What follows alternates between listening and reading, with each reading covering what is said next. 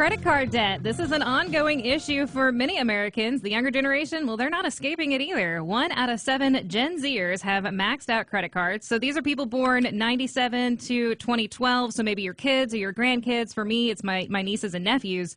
But here to talk to us about Gen Z and their maxed out credit cards is Monika Hengesbach. Good morning, Monika. Thank you so much for being with us today.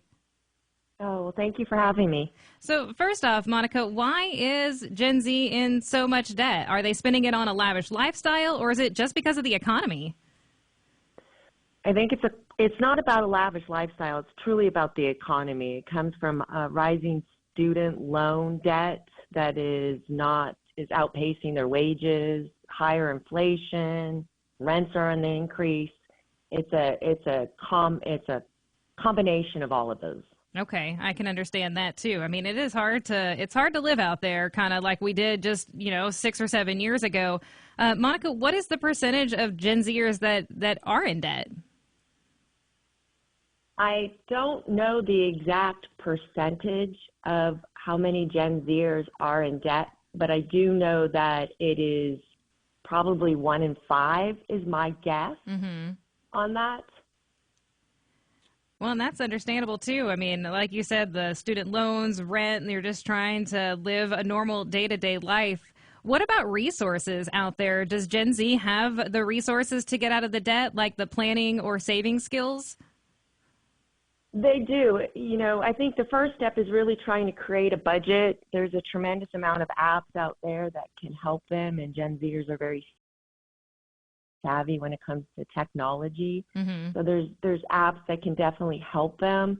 Living with their parents is another way that they can help them. Training, maybe start later in school instead of going 4 years, get your associate, at a general college and then hit a bigger college.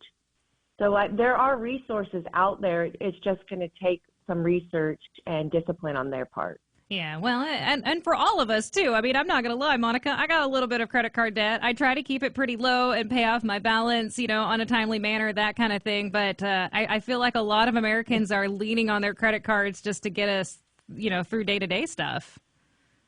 Yeah, unfortunately, that's true. I mean, I can't say that I don't have any credit card debt either. We just need to go back to living within our means. And I know that's difficult, but we need to take a step back, look where we're spending our money. I mean, we've all heard about the Big Mac meal of $18. Yeah. Try to avoid those, avoid the $400 haircut. Cut back and see the things that we can start saving money on. Well, and just years ago, I think they were teasing, see, I'm a millennial, and they were teasing the millennials about, it's your avocado toast. That is why you're in debt. And I mean, so is it now? Is it the $18 Big Mac? Is that really what's pushing Gen Z into maxing out their credit cards? I don't think it's just the one Big Mac meal. I think, truthfully, it's a combination of everything. The rising rents, the rising interest rates on their credit cards and their student loan debt. All of that is and then the cost of anywhere eating out is very expensive. So it's a combination of everything. And you mentioned, too, Monika, interest rates. I mean, those have just skyrocketed, too. But what about credit cards? Do we know how much debt that Gen Zers are in with their credit cards, like an average of what, somebody has maxed out on a card? They're saying that the average is about $6,000 is what I was recently reading that they have on credit card debt. And that's why it's so extremely alarming, because that's not even adding the student loan debt or any of the other expenses that they're incurring. And so now the fear is, when is this generation going to be able to save money for retirement? Well, yeah, that's a good question, too. And what about being able to buy a home or start a family? Does this credit card debt keep the younger generation from being able to do that at like rates that we were able to or our parents were able to? Like, are they starting later in life now? Yeah, they're most likely going to have to start later in life. I mean, being able to afford a home is almost out of their reach, because everything is rising so quickly, the cost of purchasing a home. And then again, we go back to the mortgage rate. Yeah. So it's pushing them behind quite a bit. And so for me, like so the Gen Zers, for those who may not know, born in 97 to 2012. So we're talking like 25 years and younger. My son falls in that category, but he's 14, so he doesn't have any debt at the moment. But not yet. But as parents or as aunts and uncles, is there something we can do to help our younger generation? Maybe like trying to help with those resources of planning and saving, or just advice, things like that? Definitely. I think it has to start from us. I mean, I have a Gen Zer who currently graduated from college and had to move back home just because she is straddled with student loan debt and is not making the money to survive out there yet. Yeah. So what we really need to do as parents at a young age is show them the value of a dollar.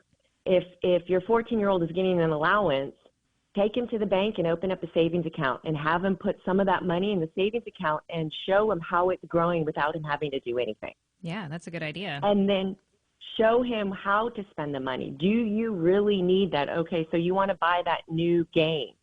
Okay, this is the cost of the game. Yeah. Do you really need that versus what you can earn in your bank account or save towards college? So those are the things we could start helping our kids out early. And I make a good point, too, Monica, because just over the weekend, so my kid, he's got money and he's got an account, but I kind of manage it for him. And he was like, I need X amount for this video game. And I was like, oh, come on, we got to think about this a little bit. You don't need that game. So, yes, it's our responsibility, right, to help our kids or even our nieces and nephews kind of understand savings and how to hold on to that cash for a little bit longer because things are just so expensive out there. But Monica, I appreciate you jumping on with us this morning and talking to us about Gen Z and their credit card use and then what we can do to kind of help them along. But I appreciate your time and good luck with your college, out of college daughter there back at home with you. Yeah, well, thank you. I appreciate it. Thank you very much.